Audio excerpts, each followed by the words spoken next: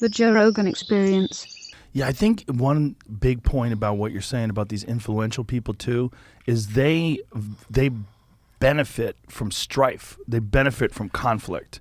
And so instead of uniters like Martin Luther King Jr., you have the opposite. You have people that literally benefit from people being divided.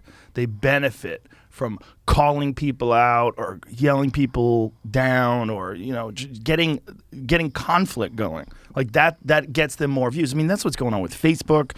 That's what the algorithms that people are complaining about that are literally accelerating our path towards some sort of civil war. Yeah. Did you see The Social Dilemma?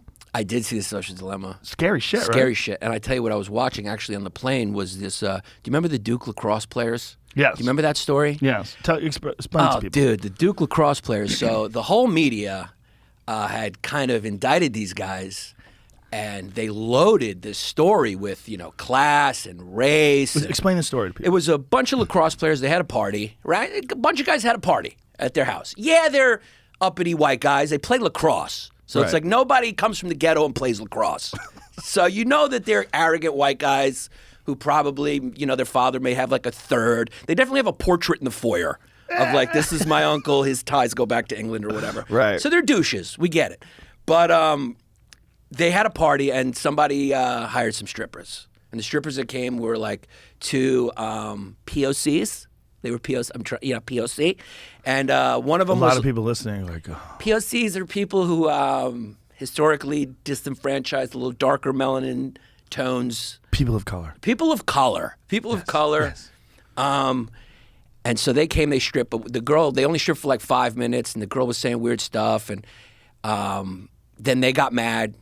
The guys got mad because they felt like they were getting conned, that they didn't get their lap dance worth or whatever, their dancing worth. And then something went awry, and then the girl called the cops and said, I was assaulted. And then from there, it became a big story, and it ended up that the prosecutor was withholding exculpatory evidence that would have exonerated knowingly. I mean, he ended up getting disbarred and doing time because of this. And you look back now and you're going like, that guy was doing exactly what online personalities do now. Yes. It's like, this is good for me. Right. I'm in the spotlight. I'm this hero convicting these douchebags. The media's attaching this big social justice cause to it. There's this evidence that clearly my client is lying. Let's just put that to the side because all the attention's on me, and this is self-aggrandizing for me. So I'm benefit-forming. I'll just lie and just, you know, there's some evidence that comes that, you know, contradicts what I'm saying. Let's just, because right now I'm a star. And so these kids were maligned by the media, all these journalists writing this horrible stuff about these kids, the culture of the lacrosse players, the privilege, the white privilege, this, that. They did this to this poor black person, you know, and then it was loaded because of Durham, because you got Duke, and Duke is like the Harvard of the South, and then you got poor Durham. And then it was all bullshit. It was all bullshit. The DNA exonerated the 3 kids that were on trial, and it ended up this girl was like had some mental health problems. She ended up like killing her boyfriend or something and is in prison like a couple years later. She was like off, you know, and a few journalists apologized, but by that time it was like, you know, now you go to comedy clubs, the joke that comics tell the most, if they see like 5 like waspy looking white guys, they're like, you guys look like the Duke lacrosse player, like that you use it as a pejorative. So it doesn't matter if it's true because the media made it true. So a lot of people don't even know that they did nothing because the narrative had already been written. Right, that's the problem. That's the problem. The problem is once the narrative gets out there, if there's some sort of a correction in the newspaper a couple weeks later, it's always on like the 4th page in the lower right-hand corner. Sorry, we have the amendment to the story. Yeah. Turns out nobody raped anybody. Whoops. Yeah, sorry. Sorry we ruined your life forever. Yeah, but we sold a lot of papers with that. So yeah, that is a real issue. Here's a real question. Should you be able to make money off the news? It's a good question, man. It's a good question because if you can make money off the news, then all of a sudden the news becomes a show. And the more outrageous you can get it, the more clickbaity you can get it, the more you can sort of jazz up the headlines and distort the story, the more you're going to get people to tune in. If it bleeds, it leads. Yeah. Let's go. I remember when I was working for Fusion, which was like a short-lived company that was owned by Disney and Univision. It lasted like a year. It was totally like they tried to build a big studio in Miami, and they were trying to target millennials. But by that time, like everything was on the phone. People were watching you, and it was just a waste of money. But I remember one of their slogans was like, "Start a fight."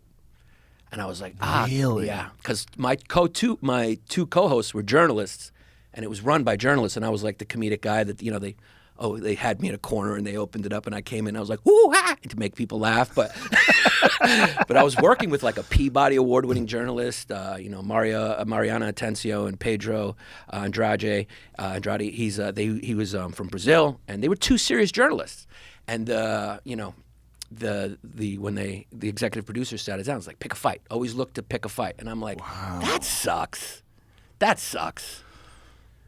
Yeah, that should be happening in MMA with the matchmakers, not your news. That's hard to hear. Yeah. Pick a fight. Pick a fight.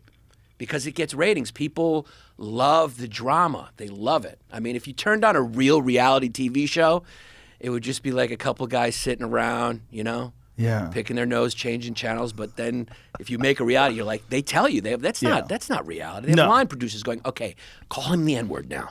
It's like, I don't want to call him the N-word. Like, no, trust me. We'll figure out, and then we'll bleep it out. No one will know what you said. Yeah, then they let you. Then they start with the N and lead with the R. And you're like, hey. I bet you Puck was a really good guy. I bet you they just edited it. You remember Puck from Real World? He was sticking his finger in peanut butter. That's right. He was bullying Pedro. No, he was a mess. But the problem with those guys is that you make them more of a mess by shining the camera on them. And then you make him famous. Didn't he lose his marbles after he got off that show? Because he was one of the most famous guys from the real world, other than Theo Vaughn. Yeah. Catch new episodes of The Joe Rogan Experience for free, only on Spotify. Watch back catalog JRE videos on Spotify, including clips. Easily, seamlessly switch between video and audio experience. On Spotify, you can listen to the JRE in the background while using other apps and can download episodes to save on data cost, all for free. Spotify is absolutely free. You don't have to have a premium account to watch new JRE episodes. You just need to search for the JRE on your Spotify app. Go to Spotify now to get this full episode of The Joe Rogan Experience.